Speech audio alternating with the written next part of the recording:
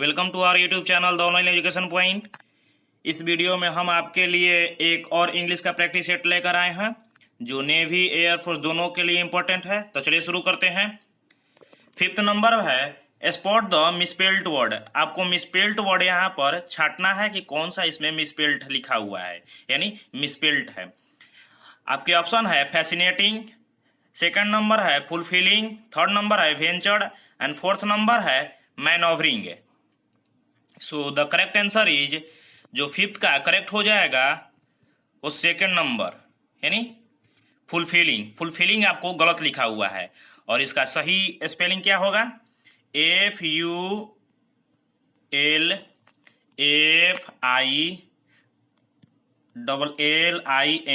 Fulfilling. Fulfilling में आपको जो यहाँ पर सिंगल एल लिखा हुआ है इसमें डबल एल होगा, FULFILLING। ठीक, तो आप इसे करेक्ट करके नोट कर सकते हैं।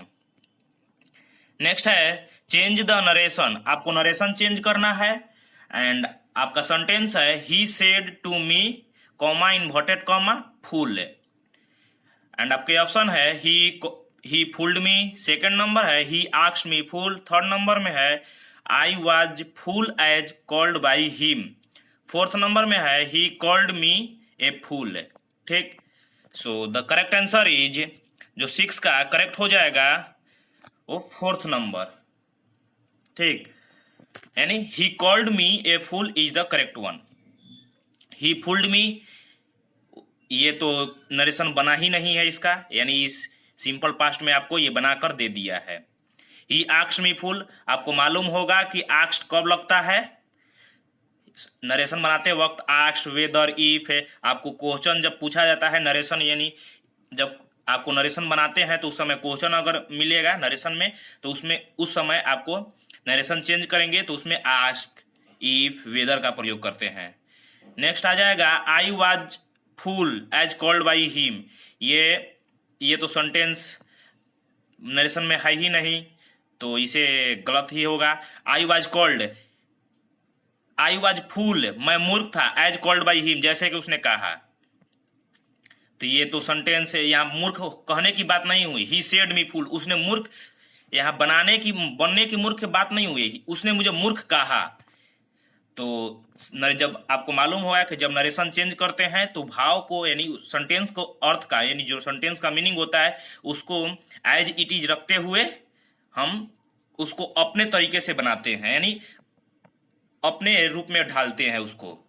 जैसे उसने मुझे मूर्ख कहा या उसके द्वारा मूर्ख कहा गया, ये तो पैसिव वॉइस में बन जाएगा। इसी तरीके से नरेशन में भी होता है।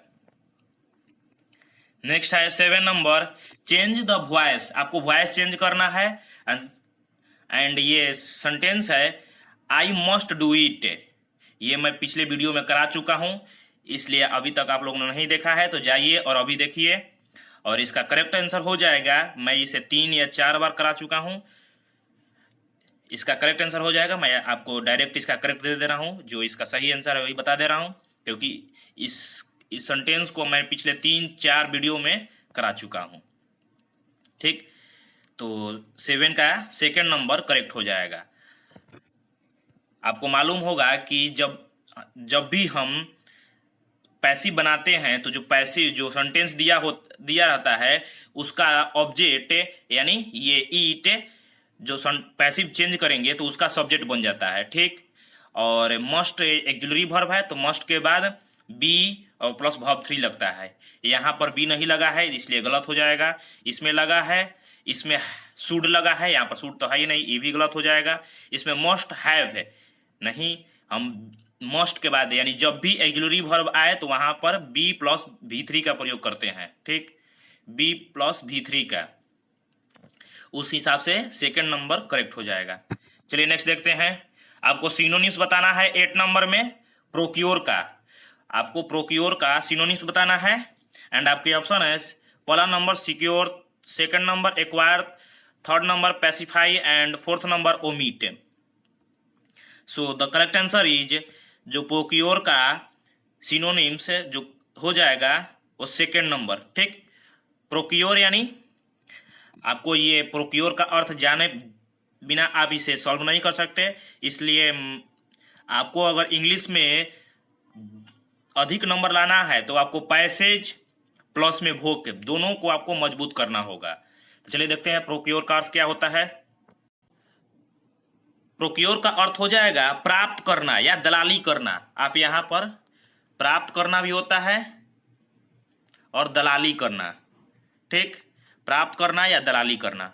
सिक्योर यानी सुरक्षित करना, एक्वायर यानी हासिल करना या प्राप्त करना होता है। पैसिफाई शांति होता है, पैसिफाई यानी शांति, और ओमिट यानी छोड़ना, ठीक। जैसे आप कोई सेंटेंस लिखते हैं तो इसमें कोई एरर या ओमिट, एरर एंड डिटेक्शन होता है, उसी एडिट एंड ओमिट होता है, ठीक। तो ओमिट यानी उस सेंटेंस में वो कौन सा वर्ड छोड़ा गया है उसे भरना होता है, उसे बताना होता है, ठीक। तो ये ओमिट हो जाता है। ओमिट यानी छूटा हुआ या छोड़ना होता है। नेक्स्ट है 9 नंबर। आपको 9 नंबर में एंटोनिम्स बताना है। एंड किसका? तो एब्सेकेंट का। एब्सेकेंट का एंटोनिम्स क्या हो जाएगा? तो चलिए देखते हैं। तो एब्सेकेंट का एंटोनिम्स हो जाएगा, एब्सेकेंट यानी होता है गायब होना। क्या होता है? गायब होना या लुप्त होना, ठीक। और मैं ये अभी से इसका डायरेक्ट आंसर बता दे रहा हूं ताकि वीडियो छोटी हो और पढ़ने में आपको आसानी हो, ठीक। तो एब्सेकेंट का अर्थ होता है गायब होना या लुप्त होना। और इसमें अगर देखेंगे तो इमर्ज, इमर्ज यानी इसका करेक्ट आंसर हो जाएगा। इमर्ज यानी होता है प्रकट करना, प्रकट होना या करना, ठीक। तो 9th का 3rd नंबर करेक्ट हो जाएगा।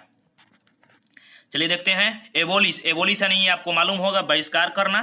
कंडेम यानी मानना, बात मनवाना, ठीक। चलिए नेक्स्ट देखते हैं। नेक्स्ट है 10th नंबर में आपको फेमनाइन बताना है यानी स्त्रीलिंग, स्त्रीलिंग बताना है। किसका? तो हॉट का, HART, हॉट का स्त्रीलिंग बताना है। सो द करेक्ट आंसर इज, जो इसका करेक्ट हो जाएगा यानी हॉट का फेमनाइन हो जाएगा, वो सेकंड यानी रो होता है। ये भी मैं पिछले वीडियो में करा चुका हूं। चलिए नेक्स्ट देखते हैं 11th नंबर। आपको इको का प्लूरल बनाना है। इको का आपको प्लूरल बनाना है। तो चलिए देखते हैं कि इसका कैसे क्या कौन सा होगा, इसका कौन सा ऑप्शन करेक्ट होगा। चलिए देखते हैं। तो 11 का करेक्ट हो जाएगा वो सेकंड नंबर। क्यों होगा? क्योंकि चलिए देखते हैं क्यों होगा। इको, आपको मालूम है जब भी आपको कोई वर्ड मिले जिसके अंत में ओ हो और उसके पहले आपको कोई कॉन्सोनेंट हो तो उसमें आपको प्लूरल बनाने के लिए ES ऐड करना होता है, ठीक। यहाँ पर भी O है, उसके पहले H है जो H कॉन्सोनेंट है। सो अगर आप इसको प्लूरल बनाएंगे तो ES ऐड करेंगे, ठीक। तो 11 का सेकंड नंबर करेक्ट हो जाएगा। नेक्स्ट देखते हैं 12th नंबर। ये हो चुका है, ये भी हो चुका है। 12th नंबर आपको पास्ट पार्टिसिपल बताना है यानी पास्ट पार्टिसिपल यानी V3 एंड पास्ट फॉर्म एक आता है। आपको कंफ्यूज करने के लिए दिया रहता है पास्ट पार्टिसिपल और पास्ट फॉर्म, कि कौन सा पास्ट फॉर्म होता है कौन सा पास्ट पार्टिसिपल। तो ये अगर आपको पास्ट पार्टिसिपल लिखा हुआ मिले तो V3, अगर पास्ट फॉर्म लिखा हुआ मिले तो V2, ठीक। तो चलिए देखते हैं कि पास्ट पार्टिसिपल यानी V3 बताना है आपको। किसका? तो लाई का। लाई यानी झूठ बोलना होता है और इसको आपको पास्ट पार्टिसिपल बताना है यानी V3 बताना है। सो the correct answer is 3rd number. यानी ये लाई, ये सेम टू सेम लिखा है तो ये तो होगा नहीं। ये लेन यानी होता है अपनी कतार में चलना। लाइंग, लाइंग यानी होता है लेटना। नेक्स्ट देखते हैं 13 नंबर। 13 नंबर में आपको एडजेक्टिव बताना है। किसका? तो एलिफेंट का। एलिफेंट का एडजेक्टिव बताना है, ठीक। तो चलिए देखते हैं इसका करेक्ट सेक्शन कौन होगा। सेकंड नंबर यानी मैं इसको थोड़ा सा जूम इन कर रहा हूं ताकि आपको दिख जाए।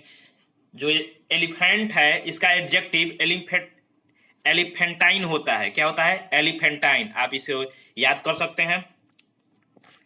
13 का सेकंड नंबर करेक्ट हो जाएगा। नेक्स्ट देखते हैं 14 नंबर। 14 नंबर में आपको बताना है कि जो शब्द सेंटेंस लिखा हुआ है उसके लिए आपको एक वर्ड देना है, ठीक। और सेंटेंस क्या है? नर्स इंचार्ज इन ए हॉस्पिटल। नर्स इंचार्ज इन ए हॉस्पिटल, एक नर्स होती है जो इंचार्ज होती है किसमें, हॉस्पिटल में, तो उसे क्या कहते हैं, सिस्टर कहते हैं, नॉन कहते हैं, कॉन्वेंट कहते हैं, या मेट्रोन कहते हैं। ठीक, so the correct answer is, जो 14 का करेक्ट हो जाएगा वो 4 नंबर। नेक्स्ट देखते हैं 15 नंबर। 15 नंबर में बताना है कि to face the music means, यानी ये जो सेंटेंस लिखा हुआ है टू फेस द म्यूजिक के, इसका अर्थ क्या होगा। एंड आपके ऑप्शन है to face the consequence, to die wills working, to show the sign of cowardness, and to defeat once. ये मैं आपको आइडम एंड फ्रेजेज में करा चुका हूं। सो अभी तक आप नहीं देखे हैं तो जाइए और जाकर उसे अभी तुरंत देखिए, क्योंकि आपको एयरफोर्स या नेवी में एक आइडम एंड फ्रेजेज, एक वन वर्ड, एक या दो वोकैब रहेगा और कुछ ग्रामर रहेंगे। ठीक, सो अगर आप ये मार्क्स 1 नंबर पर ही डिपेंड करता है। चलिए देखते हैं इसका करेक्ट आंसर कौन होगा। To face the consequence means होता है to face the music means होता है टू फेस द कॉन्सिक्वेंस। ठीक, और ये टू डाई विल्स वर्किंग, ये कुल्लू का बैल नहीं, कावर्डनेस यानी डरपोक होता है। टू डिफीट वंस, ये भी गलत है। ठीक, टू फेस द म्यूजिक का अर्थ होता है to face the consequence, consequence यानी परिणाम होता है। चलिए नेक्स्ट देखते हैं। आपको 16 टू 20 में FIV यानी फिल इन द ब्लैंक्स को, FIV है जो फिल इन द ब्लैंक्स है, जो सुटेबल वर्ड के साथ आपको भरना है। ऑल, जो औल है, औल यानी उल्लू। ठीक, तो देखिए ऑप्शन में क्या है, लो, कू, वर्बल या हुट। ठीक, तो आपको औल को बताना है कि उसकी जो उसकी बोली होती है उसे क्या कहते हैं। सो द करेक्ट आंसर इज, जो 16 का करेक्ट हो जाएगा वो 4th नंबर, यानी औल को हुट कहते हैं, यानी वो औल जिस प्रकार से बोलती है उस बोली को हुट कहते हैं, और ये कोयल हो जाएगी। ठीक, चलिए नेक्स्ट देखते हैं। नेक्स्ट है 17 number. A dash of be in A dash of बीज इज सीन फ्रॉम हियर, यानी ए डैश ऑफ बी यानी मधुमक्खियों को, झुंड को यहां से देखा जा सकता है। ठीक, तो बताना है कि यहाँ पर कौन सा कलेक्टिव नाउन सुटेबल है, यानी कौन से कलेक्टिव नाउन होगा। ये और ये आपके ऑप्शन में है। फर्स्ट नंबर में हेड, सेकंड नंबर में हीप, थर्ड नंबर में ट्रूप, एंड 4th नंबर में hive. So the correct answer is, जो 17 का करेक्ट हो जाएगा वो 4th नंबर, यानी ए हाइव ऑफ बीज इज सीन फ्रॉम हियर, यानी मधुमक्खियों के छत्ते को यहां से देखा जा सकता है। ठीक, नेक्स्ट है 18 नंबर। 18 नंबर में बताना है he is obstinate as, he is as obstinate as a, यानी ऐसे एक सेंटेंस आएगा जिसे आपको कहावत पर यानी सेइंग पर डिपेंड होता है। ये आपको अगर यहाँ अपना मेंटल एबिलिटी करके यूज करके आपको इसे भरना होता है। He is एब्स्टिनेट as. सो ये क्वेश्चन मैं आप लोगों को दे रहा हूँ, आप लोग इसे कमेंट बॉक्स में बताइएगा, और मैं इसका आंसर टेलीग्राम पर आपको दे दूंगा कि ये जो 18 का ये नंबर सही होगा। सो आप लोगों को अगर मालूम होगा तो इसे आप कमेंट बॉक्स में लिख कर बताइए कि ही इज एज एब्स्टिनेट एज क्या होगा। खलीसन है, ईल होगा या म्यूल होगा या पीकॉक होगा या सरपेंट होगा। ठीक, तो चलिए देखते हैं 19 नंबर।